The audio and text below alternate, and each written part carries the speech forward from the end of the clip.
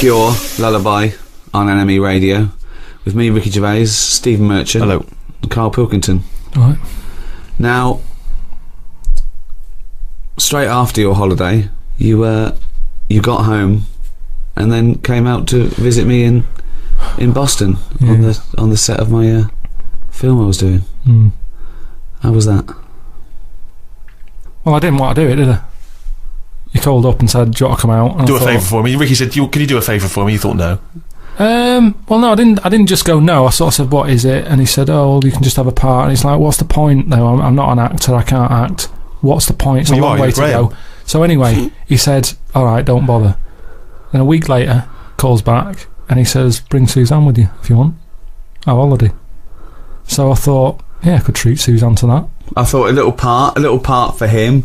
They'd probably pay 2 flights. Yeah. You know, she's coming out. I thought, share it with friends. I was a generous guy. Yeah, so I thought, oh, she'll love that. That'll get me in a good book. So I said, listen, we're going to Boston. She goes, right. Anyway, Ricky books the tickets and that.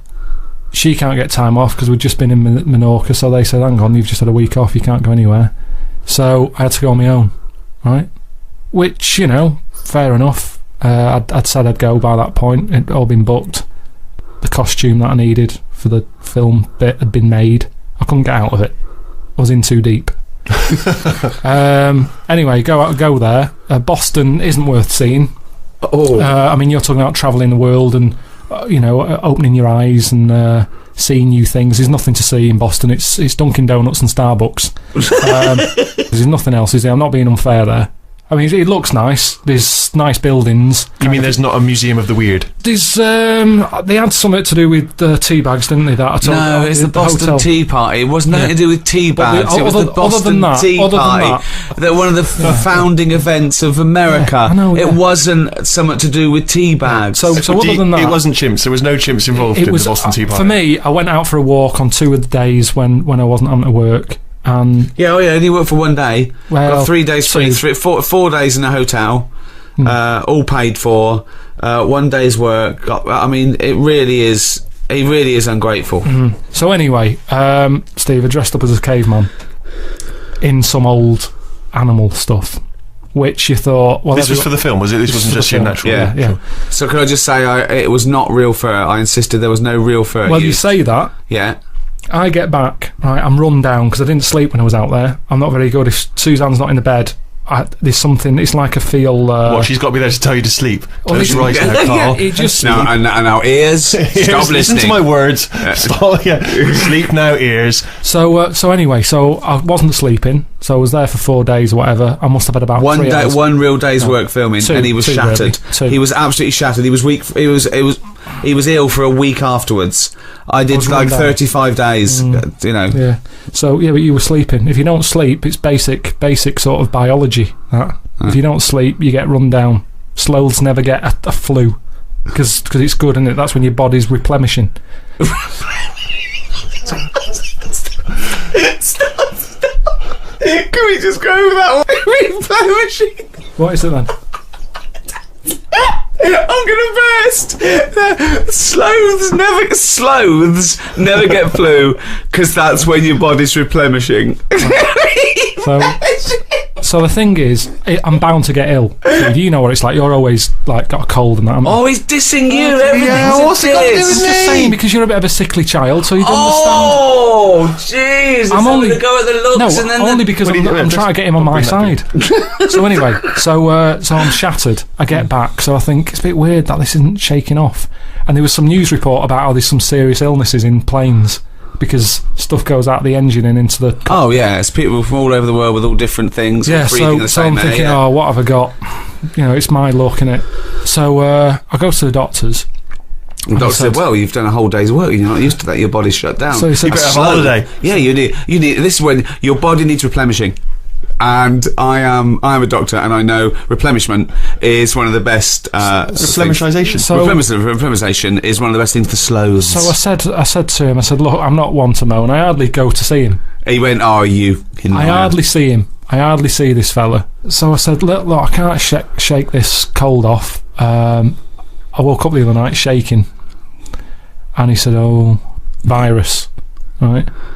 So, which isn't scary at all because everything. well, there's some dodgy virus, isn't Well, there? yeah, but there's some. That's what I'm saying. So, Of course, it's a virus. Yeah. What else would it? What else would it be? I don't know. Not a doctor. So I said, "Oh, when's it going to go?" And he said, "Oh, might be 2 weeks. This one seems like a bad one. Quite clammy," he said. So I said, "Yeah, I feel a bit clammy, yeah." And he said, "Yeah, you will do." So anyway, so I felt happy about that, and I'm more confident with the doctor because you've got your vest off and all that. So you think, why not just let him do a bit of a body check? So I said, "Doctor, whilst I'm here, I think I've got some eczema on my leg." And he goes, "Let's have a look." And I said, "There it is there." And he said, "That's not eczema. So you've got a touch of ringworm." Blimey. Right? So straight away, anything with a worm in it, you're going, "You what?" Yeah. It makes it sound worse on it. I was thinking like tapeworm and stuff. Yeah. So he's going, "Yeah, ringworm," and he saw me panic and he went, "Don't worry." You pictured a worm with a giant mechanical arm crawling up your back. You could see by my face was a little bit like, "I've got a worm in my leg." He's going, "Don't worry, it's not a worm." And I said, "How have I got that then?" And I reckon it's from this bear suit. That I It had to wasn't. wear. It was. Well, it was It's a fake little bit fur. weird that I had No, it was bare 'cause you were boots on. I had bare boots on, and Yeah. where the bare boot was, I ended up with ringworm on my Do leg. you know why it is where it was? Because the only bit of your leg showing, because you had bare boots on, fake fur, with a fake fur tunic, and the only bit showing was your shin. You were walking around in long grass. You got it from the grass. Well, no, because I said to him, because I wanted to wear the words bear suit from him. I said, where What's the chances of that? Yeah. I said, where... Doctor, what might I got this from? And then you just shut up and waited for him to say I bear said, suit. it's a little bit weird, isn't it? I said, I thought that died out with rickets, right?